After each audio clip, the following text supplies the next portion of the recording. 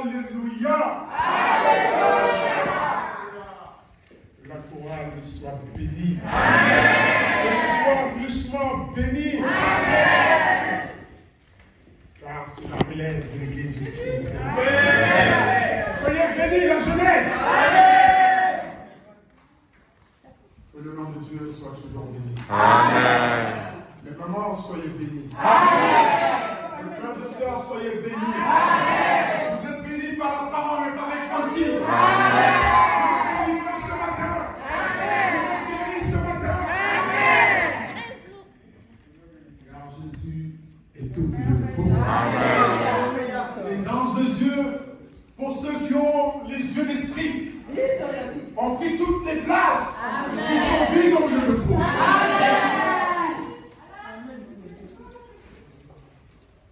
Le Dieu de la chambre, le Dieu de la Sainte Église de Dieu est présent au milieu de nous. Amen.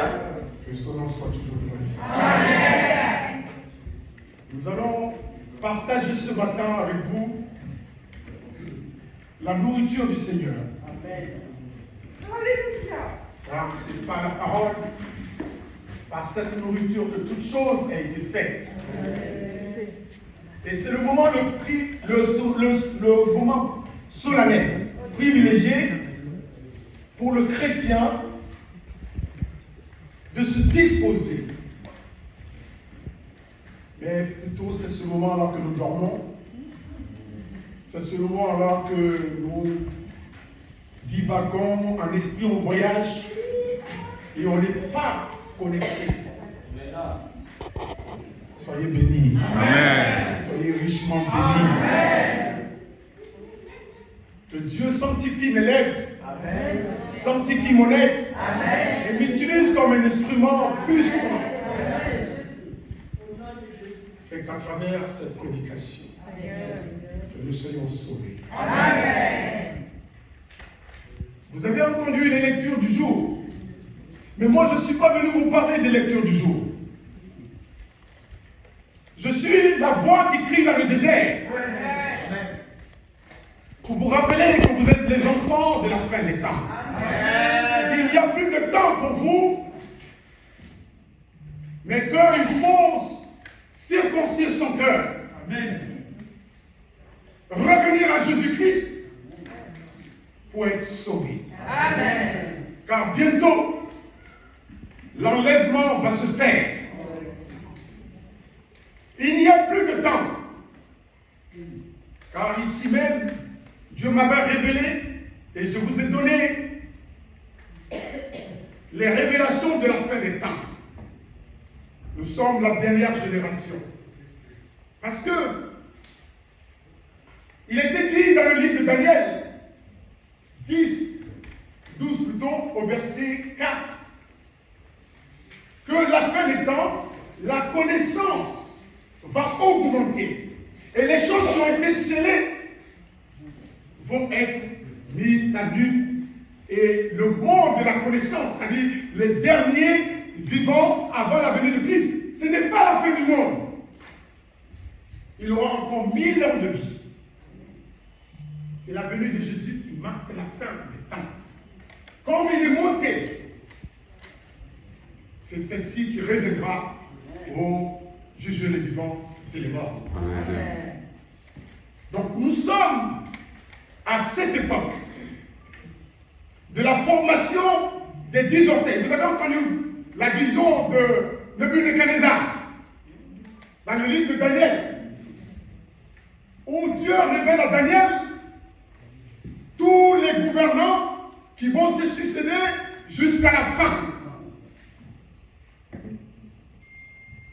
Et à la fin, il y a une pierre qui s'est détachée du ciel, sans recours de la main de personne, et a frappé la statue, et elle est partie en pièces.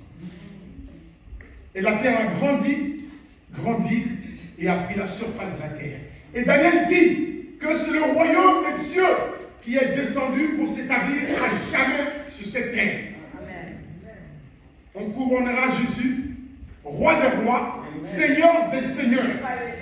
Il dit plus loin que tous les rois que vous voyez, la reine d'Angleterre, le président des États-Unis, ceux de la France, leur pouvoir leur sera arraché. Mais une prolongation de vie leur sera accordée pour qu'ils puissent voir de leurs yeux tout le mal qu'ils ont fait à la terre. Et leur pouvoir sera donné à Christ et sera couronné roi des rois, seigneur des seigneurs. Mais ce qui est grave est que le chrétien d'aujourd'hui est endormi. Il attend que CNN lui donne les nouvelles, le rassure. Il ne s'attend plus à la parole de Dieu pour le rassurer, mais il attend que France 21 lui donne les nouvelles.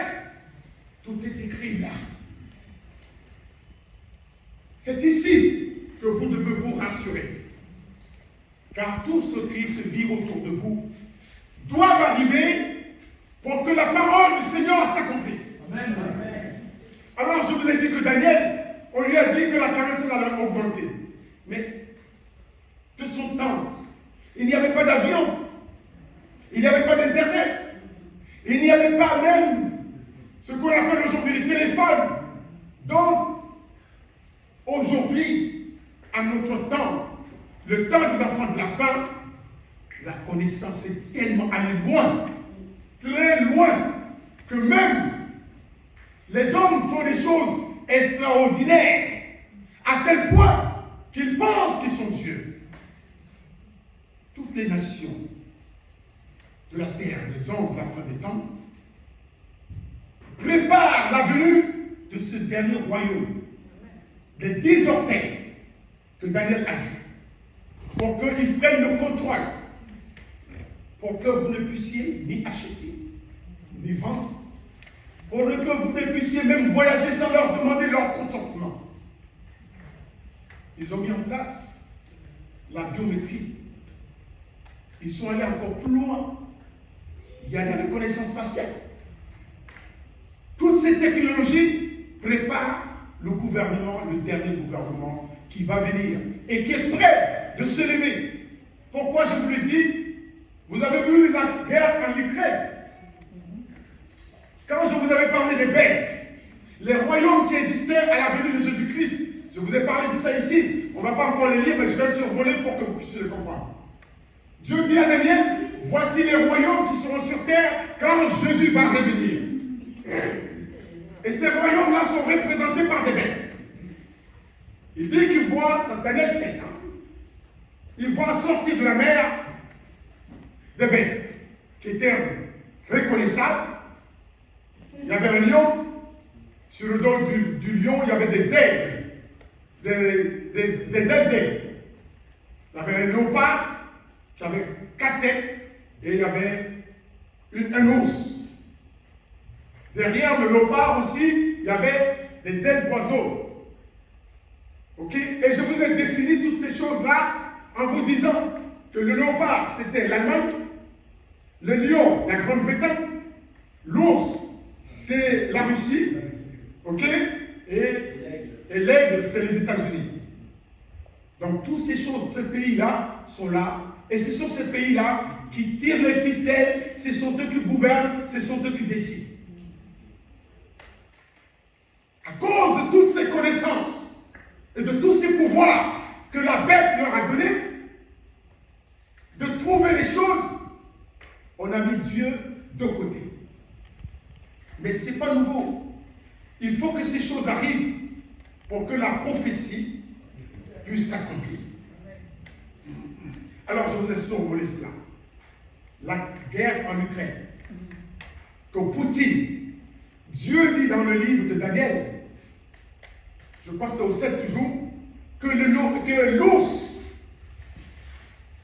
on va lui donner un pouvoir et il va écraser Troie, il va se lever pour qu'il puisse discuter. Est-ce que vous savez que depuis que tous ces États existent, l'Union soviétique n'a jamais fait d'alliance avec l'Europe, ils ne se sont jamais rencontrés, ni avec les États-Unis. Ok? Mais le temps vient. Après cette guerre, ils seront obligés de négocier avec lui pour trouver des accords.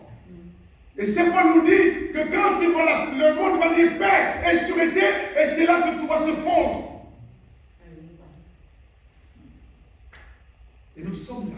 Il nous reste une dernière guerre que je vous parlerai plus tard. C'est celle qui va tourmenter le monde. Parce que là, à partir de ce soir, aujourd'hui, vous êtes là, vous attendez, vous voyez, mais vous n'entendez, vous attendez, vous ne comprenez pas. Vous voyez, mais vous ne voyez pas. La vie devient chère, on n'est pas inquiet. Les bombes tombent, mais ça ne tombe pas ici, on n'est pas inquiet. Le chrétien, alors, ce qui m'a fait encore plaisir, c'est que Jésus dit, les hommes de la fin, ils seront comme les hommes de la fin des temps de Noé. Je pense que ce passage, c'est le livre de Matthieu 24 au chapitre 37. Je voudrais que vous le preniez rapidement pour que je puisse continuer à développer. Matthieu 24, 37. Il dit que les hommes de la fin des temps, ce qui arrivera, au temps de Noé, au temps de Noé, c'est Jésus qui parle, hein? Oui. arrivera de même à l'avènement du Fils de l'homme. Oui. Car dans les jours qui précèdent le déluge, dans le jour qui précédait le déluge, oui, les hommes mangeaient et buvaient, les hommes mangeaient et buvaient. se mariaient Ils se mariaient et mariaient leurs enfants. et mariaient leurs enfants. Jusqu'au jour où Noé entra dans l'arche. Oui, Et ils ne se doutèrent de rien. de rien. Jusqu'à ce que le déluge vienne et les emporte. Merci. Ça, c'est le premier point. Et c'est ce qui se passe aujourd'hui. Aucun État ne se soucie de Dieu. Ils n'ont mis carrément à côté de Dieu. C'est le dernier de leurs soucis. Même dans l'Église, l'apostasie dont Paul nous parlait, c'est installé. C'est quoi l'apostasie? C'est le renoncement. Le renoncement aux choses qui faisaient la puissance de l'Église. Parce que Jésus, le jour qu'il avait révélé cette Église, il a dit à ses disciples, à Pierre, quand Pierre lui a dit, Seigneur, d'abord il a demandé, qu'est-ce que les gens pensent de moi? Et ils ont dit, non, on pense que tu es Élie, d'autres pensent que tu es le prophète Jean-Baptiste. Et il dit, mais vous qui avez mangé avec moi, m'avez côtoyé, qu'est-ce que vous pensez de moi? Et Pierre, par la parole, dit, Seigneur, je pense que tu es le Fils de Dieu, l'agneau de Dieu. Il dit, Pierre, ce n'est pas le sang qui t'a révélé cela, mais c'est mon Père là-haut. Sur toi, à cause de cette prophétie, de cette parole que tu viens de prononcer, je bâtirai mon église. Mais l'église, pour Pierre, c'était quoi? Il ne savait pas ce que c'est. On dit que c'est la chose qui était cachée aux anciens. Cette chose-là, l'église, n'a pas été révélée à tous les prophètes du passé. Et non, ils n'ont pas compris réellement. Mais s'il leur avait dit, j'allais bâtir ma synagogue, ils allaient comprendre. Alors, Jésus dit à Pierre, voici, même le séjour des morts, la puissance satanique, n'aurait aucun pouvoir sur cette église. C'est ce qu'il a accompagné la phrase. Quand il a dit, Pierre lui a dit, je bâtirai mon église, mais le séjour des morts ne pourrait pas le comprendre cette église. Ça veut dire que c'était une puissance qui a été donnée à l'église pour sanctifier le monde, pour sauver les croyants. Mais qu'est-ce que le monde a fait de cette église? Comme au temps de nos pères, le monde a laissé l'église, la parole de Dieu, et ils se mariaient, ils buvaient, ils faisaient tout ce qu'il faut pour être heureux sur la terre. On est venu vous annoncer le royaume des cieux.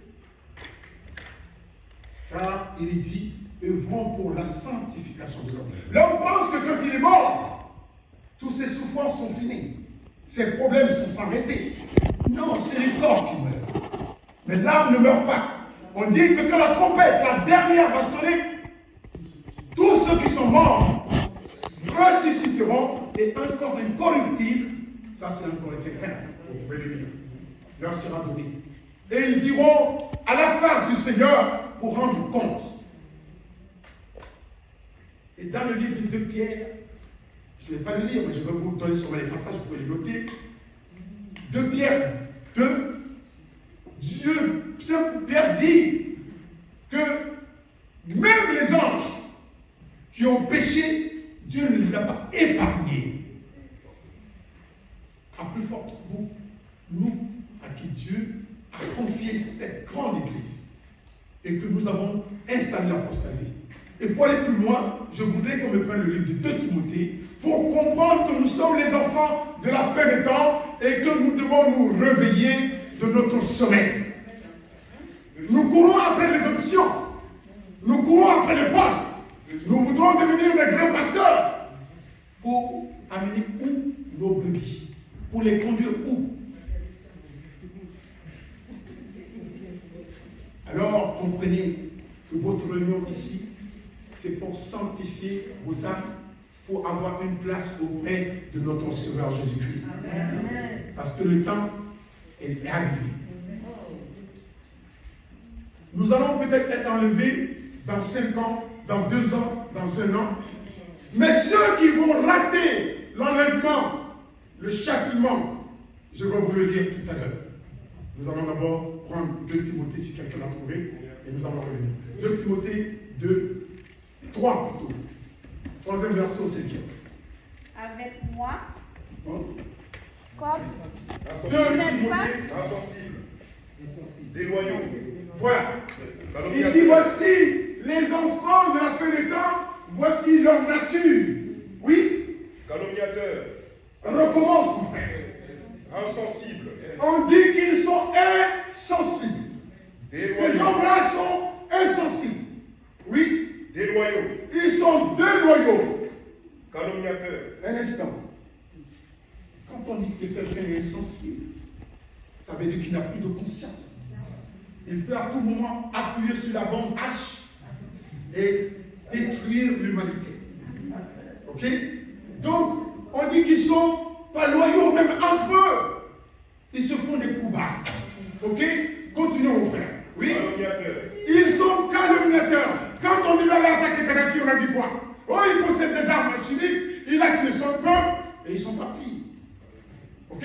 On l'a calomnié, ils sont partis. Et personne ne va leur demander compte. Et ils ont fait ce qu'ils devaient faire. Oui, allons-y. intempérants, Oui. cruels, Cruels. ennemis des gens de Dieu, Ennemis des gens de bien. traîtres, Comment? traîtres, Traîtres, oui. emportés, Ils sont emportés, oui. enflés d'orgueil, Ils sont enflés d'orgueil. Oui. aimant le plaisir, Ils aiment le plaisir, oui. ayant l'apparence de la piété. Voilà, on porte des grosses soutanes là. Quand on arrive, on passe comme des saints. On fait notre chichi. On fait notre malin.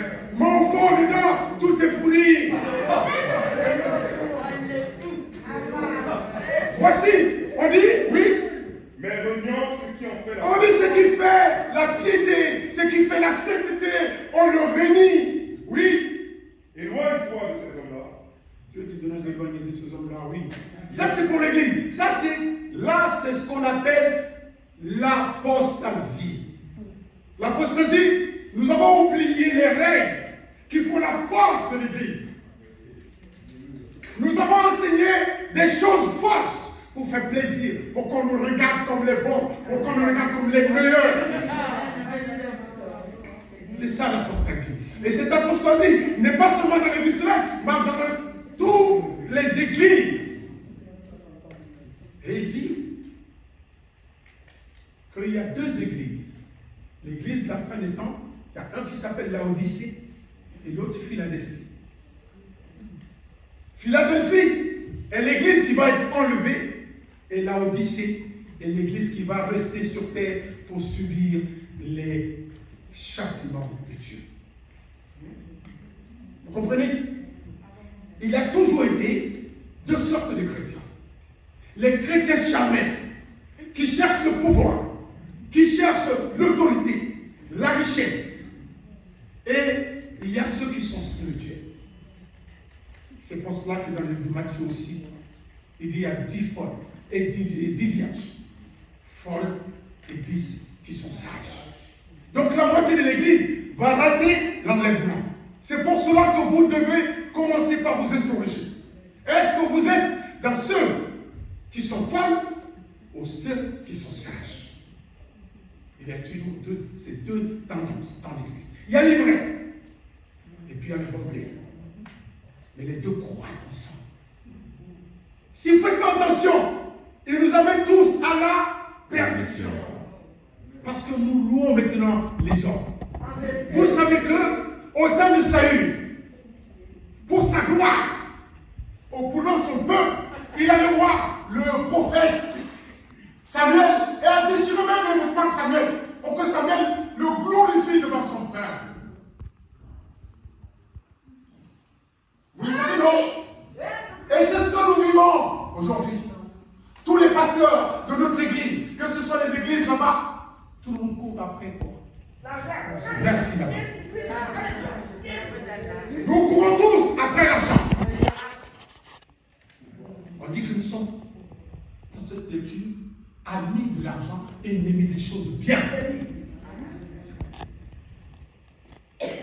Nous sommes devenus apostasie.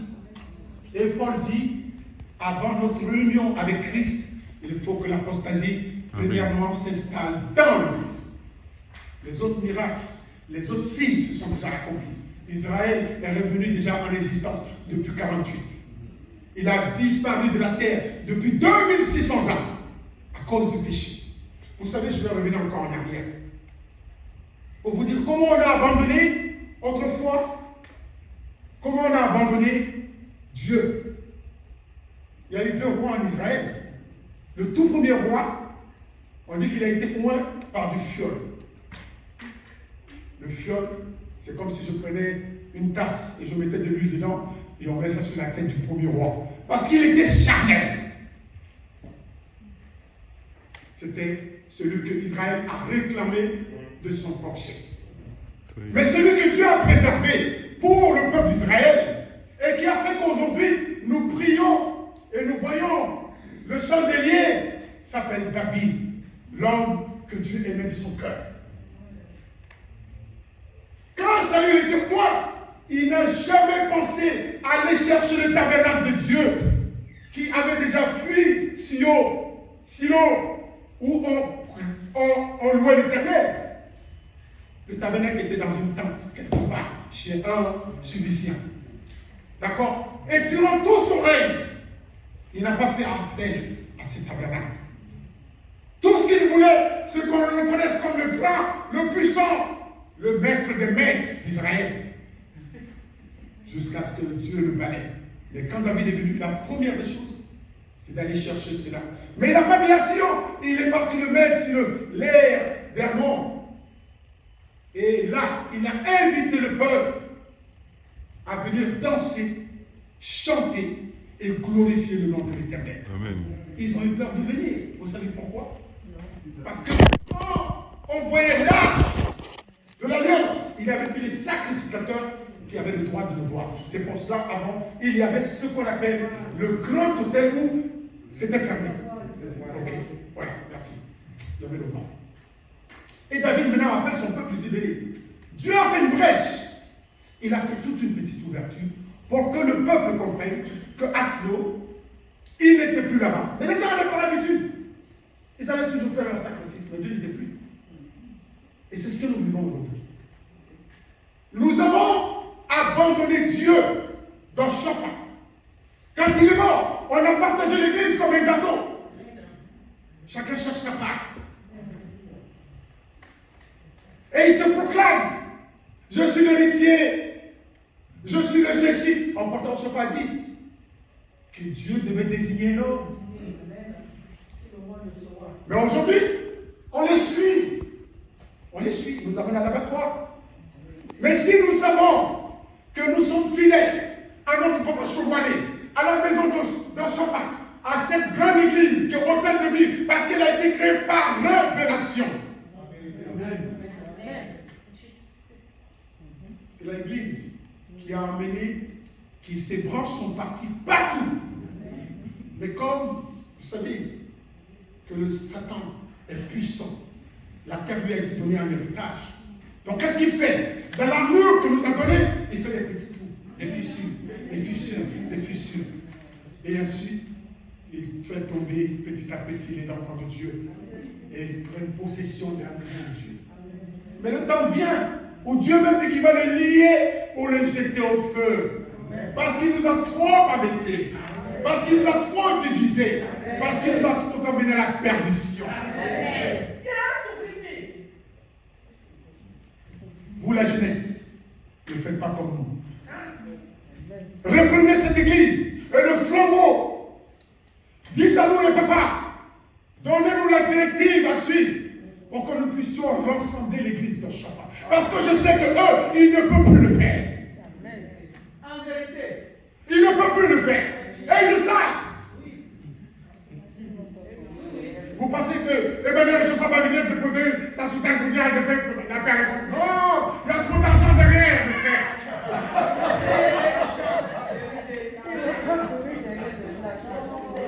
Ils vont entretenir les divises. Et il y a ceux qui sont pour eux. Et il y a ceux qui sont pour le Bénin. Il y a ceux qui sont pour ceci. Voici ce qu'il faut de notre église. Suivez Jésus-Christ, mes frères. Suivez Jésus-Christ, ma sœur. Suivez Jésus-Christ. Soyez fidèles à votre paroisse. Soyez fidèles à votre église. Soyez fidèles. Et Christ nous sauvera. Ne cherchez plus à voir des sorciers, des sorcières au milieu. Parce que vous êtes tous des frères et sœurs. C'est Satan qui vous ment. Il vous donne des songes parce que vous êtes attachés à des choses éphémères. Vous êtes attachés à tout ce qui brille. Alors il dit, ta sœur c'est une sorcière. Ne mange pas de sa main. Et puis vous êtes là, vous vous regardez en chien de faïence. Vous diminuez tous les jours. La paroisse se vide. Mais ce n'est qu'une personne. Oh, Jésus vous a dit, si un seul d'entre vous est perdu, laissez le sang et allez le chercher. Ne vous en souciez pas. Ce n'est pas votre problème. Parce que vous cherchez votre gloire. Parce que quand il n'est pas là, quand vous allez rentrer, le grand boubou, vous allez montrer que c'est vous qui êtes là.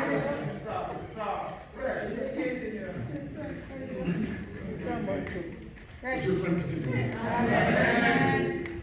Donc voici, nous sommes ces enfants de la fin des temps. Et Christ n'est pas un menteur quand il a dit que nous serons comme les enfants du temps de Noé. Et voici la deuxième raison. Il y a des anges qui sont descendus du ciel. Au verset 6, ils se sont accouplés avec des femmes. Et ils ont créé des géants. Et cette race de géants a dominé la terre. À tel point que Dieu ne savait plus quoi faire. Puisque, en le faisant, ils ont souillé la race humaine, les descendants d'Adam et Ève. Il n'y avait plus rien à faire. Il fallait les détruire. Et la déluge est venu balayer cette race. Mais Jésus prend ces deux parallèles pour dire que quand il va révéler les enfants, seront pareils. Pourquoi? Parce que à force de cette intelligence qui est maintenant donnée, que Daniel avait vue, et que nous avons crié toutes ces choses pour que cette dite formation. La guerre de l'Ukraine aujourd'hui, comme je vous ai dit tout à l'heure, va créer des grandes souffrances à la terre potentielle. Le pétrole est déjà monté à la pompe. Mais quand le pétrole monte, c'est tous les denrées alimentaires qui sont. Donc ça dit que vos souffrances ne font que commencer. Vous comprenez? Et là, il va sortir grand, parce qu'il avait déjà annexé la Crimée, le Donbass aussi. Maintenant aujourd'hui c'est l'Ukraine. Et qu'est-ce que le truc dit sur l'ours? C'est sur l'ours, il dit qu'il va abaisser. Parce que c'était une union de force de pays de 10 rois, de plusieurs rois. Et parmi les 10 là, un va sortir et il va rabaisser les autres. Mais c'est le même là, dans les livres d'Ézéchiel 38. Il dit qu'il va l'exciter. Quand il va sortir grand livre de cette guerre, il va l'exciter. En sorte que tous les pays qui faisaient partie de l'Empire, l'ancien Empire romain, il y avait 5 à l'est et 5 à l'ouest. Donc il y avait ceux de Rome, la France, la Grande-Bretagne, l'Italie elle-même, déjà que je dis Rome, l'Espagne, la Belgique, voilà les 5 de l'ouest. De l'autre côté, il y a l'Égypte, la Syrie, la Turquie. Et il y a la Russie. Et puis aussi Saddam Hussein, l'Irak et l'Iran. Voilà les autres de l'Empire. Donc il y avait 5 à l'est de la Méditerranée et 5 à l'ouest de la Méditerranée. Voici ces pays-là qui ne se sont jamais entendus, mais vont faire alliance. C'est ce qu'il dit. Il y a le fer élargi, les doigts sont faits du fer élargi. Je vous invite à les lire. Hein? Je survole, vous allez lire ça, c'est dans le livre de Daniel 7. Ok? Et dans le livre d'Apocalypse, Apocalypse 17, il reprend la même chose. Pour dire que Jean voit sortir de la mer les mêmes bêtes que David. Mais cette fois-ci, elles ne sont pas 7 différentes. Elles sont unies. On dit qu'elle avait une bouche du lion, les pattes du léopard.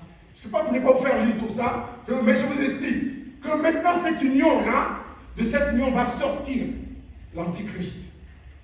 Celui qui va venir gouverner les 3 dernières années et demie pour nous faire souffrir, pour faire souffrir les chrétiens qui auront raté l'enlèvement.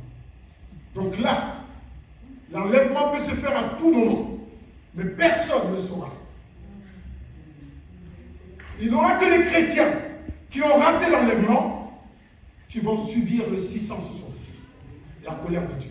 Et je viens maintenant vous donner ce que Christ disait, que nous serons comme les temps de Noé. Je vous ai dit que les hommes sont venus s'accoupler et ils ont fait des êtres humains que Dieu a exterminés. Mais cette fois-ci, Dieu n'extermine pas les humains avec un déluge.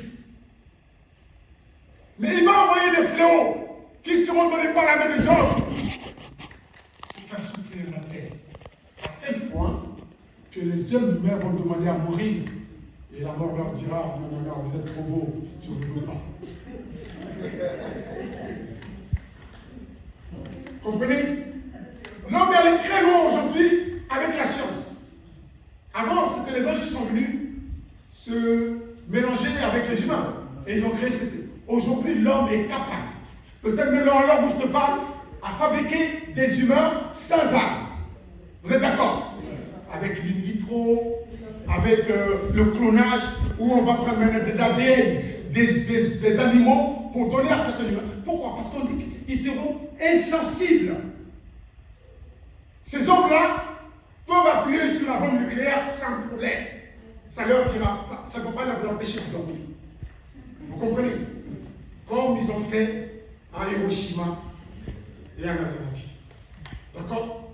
Donc ces hommes-là, Dieu est en train de les voir. Ils sont en train de préparer cet homme qui va venir prendre le pouvoir et nous amener à cette grande guerre. Et cette guerre, ce n'est pas forcément, parce que vous allez voir cette guerre.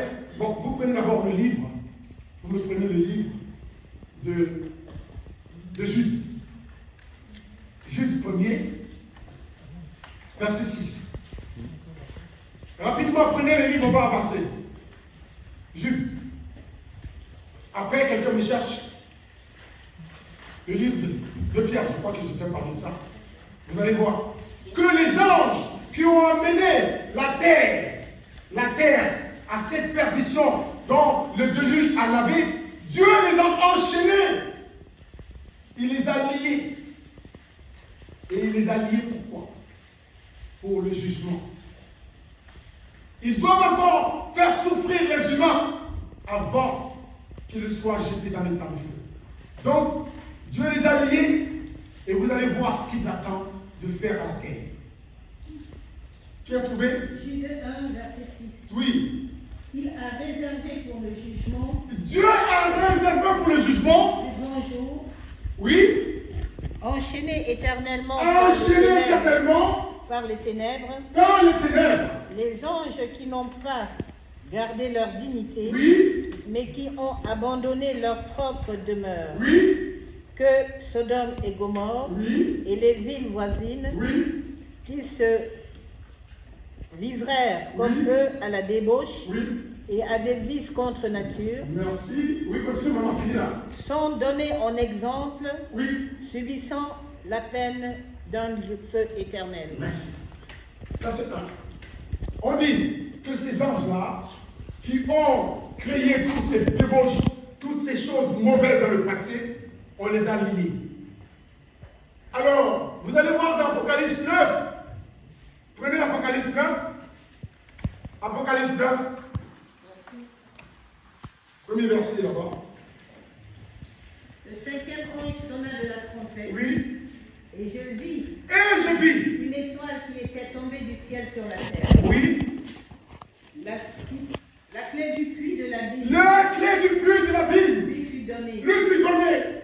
Et elle ouvrit le puits Et elle ouvrit le puits de l'abîme. de l'abîme. Oui. Et il monta du puits une fumée, Oui. comme la fumée d'une grande fournaise. Oui. Et le soleil Oui. et l'air Oui. furent obscurcis Oui. par la fumée du puits. Oui. Des sauterelles sortirent Oui. de la fumée Oui. et se répandirent sur la terre. Sur la terre, oui. Et il leur fut donné Oui. un pouvoir comme le pouvoir Du scorpion, oui. qu'ont les scorpions de la terre. Oui. Il leur fut dit de Il ne fut dit. point faire de mal Oui. à l'herbe À de l'herbe. la terre, Oui. ni à aucune verdure, Verdure, oui. ni à aucun arbre, Oui. mais seulement aux hommes Aux hommes. qui n'avaient pas le sceau de Dieu Ils sur n'avaient pas eux. le sceau de Dieu sur eux. Il leur fut donné Oui. non de les tuer, De les tuer. mais de les tourmenter De les tourmenter pendant 5 mois. pendant 5 mois. Continue. Et le tourment Et le tourment, qu'elle elle causait. était comme le tourment Oui. que cause le scorpion Oui. quand il pique un homme. Oui. Continue. En ces jours-là, En ce jour-là, les hommes chercheront la ils mort chercheront la mort. et ils ne la trouveront Et ils ne pas. la trouveront pas. Ils désireront mourir Ils dirigeront mourir. et la mort Et la mort fuira loin d'eux. Les sauterelles Merci, maman. Voici ce que attend les chrétiens qui vont rater l'enlèvement. C'est le jugement de Dieu avant la venue de Jésus-Christ. C'est pour vous dire, le seul endroit que vous pouvez être sauvé, c'est en Jésus-Christ. C'est de vous repentir comme Job le fait ce matin et d'accepter Jésus comme votre sauveur. Aucun homme, ni votre père, ni votre mari, ne pourra vous sauver. Ni votre argent, ni votre or ne pourra vous sauver. Vous pouvez donner tout ce que vous voulez, de l'or à Papa Chevalier, vous pouvez donner de l'argent. Mais si vous ne vous conformez pas, si vous ne vous transformez pas, alors vous allez subir cela.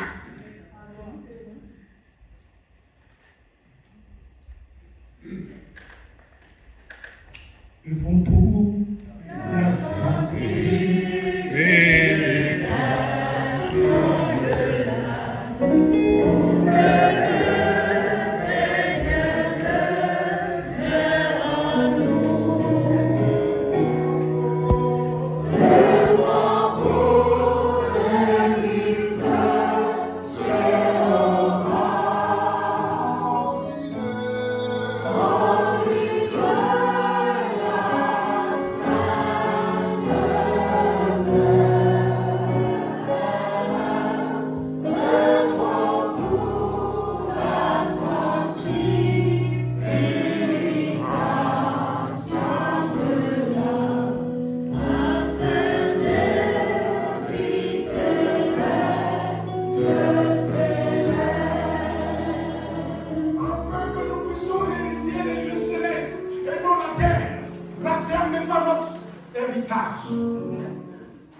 Nous œuvrons ici pour la sanctification de l'âme.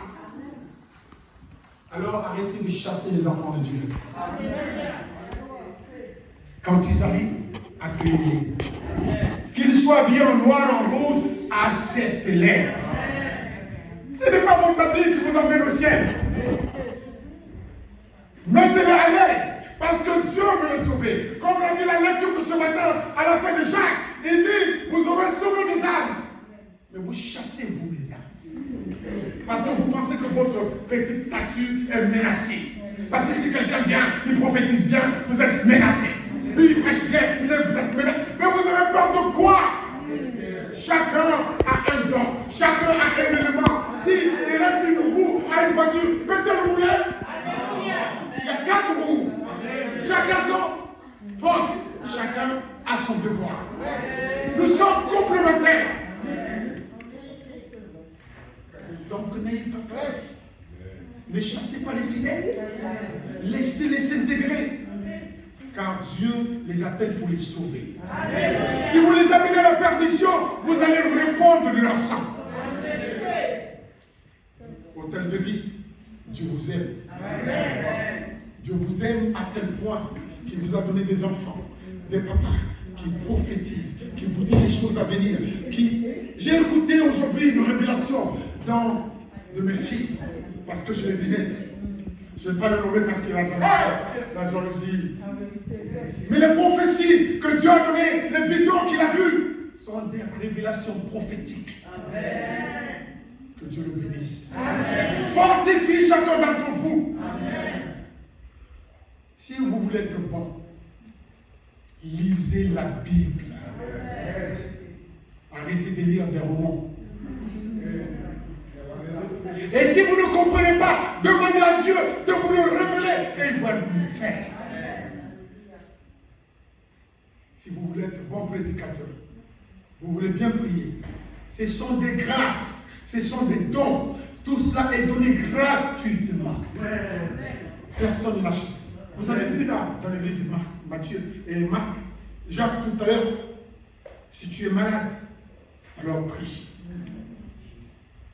Non, le livre de la lecture de ce matin. Vous devez prier pour les uns et les autres. C'est ce qui a été exhorté. Mais si moi, je viens compter mes problèmes à mon frère Israël, avant même que je ne rentre chez moi, la soeur qui est derrière là-bas saura déjà de quoi je souffre. Voici les enfants de la fin des temps. Voilà ce que vous êtes. Refusez cet esprit-là. Vous devez vous asseoir sur les problèmes des uns et des autres pour que Dieu puisse les résoudre. Amen. Restez ensemble comme vous le faites les femmes. Continuez à prier pour cette maison parce que c'est de vous, c'est à cause de vous. Amen. Donc ne vous mangez pas parce que j'ai entendu ce matin que vous vous mangez entre vous, vous vous jalousez, que vous faites encore des manigances et que la mort est dans votre camp. Nous prions ce matin que Dieu enlève cette épée sur votre tête. Parce que vous n'êtes pas appelés à la mort, mais à la vie. Parce qu'il y a mot, on prévient. Soyez les enfants obéissants, soumis les uns aux autres. Vous connaissez chacun sa place. Vous connaissez les rangs de chaque maman. Respectez-vous. Et les mamans, respectez vos enfants. Pour que l'harmonie puisse être dans la maison de Dieu. Vous qui venez d'arriver, regardez, observez et soyez soumis.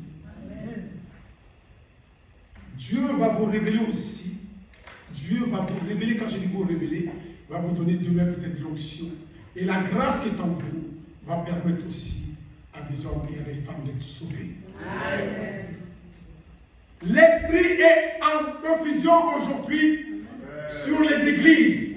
Donc réveillez-vous, car les pasteurs, les prédicateurs ne prêchent maintenant pour l'argent. Comment vous allez devenir riche? Comment vous allez vous enrichir? Comment vous allez vous marier? Comment vous allez acheter ceci? Comment vous allez construire? Voici ce qu'on vous prêche. On ne vous dit plus que la fin est à votre porte et que Jésus frappe pour celui qui entend, ouvre pour qu'il puisse être sauvé. On ne vous dit pas que vous n'êtes pas beau et que vous êtes pourri, que vous êtes vilain, et que pour que vous puissiez changer. On vous encense.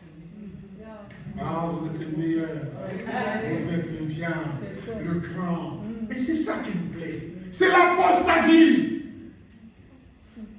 Non, Dieu les apparats. Mais ce qui fait la piété, on le palais du pied. Que Dieu nous pardonne. Que Dieu nous pardonne.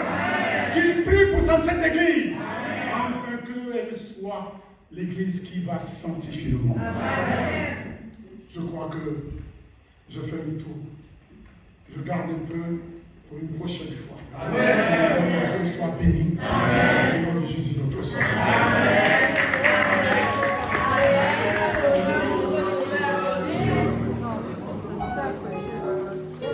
Thank you.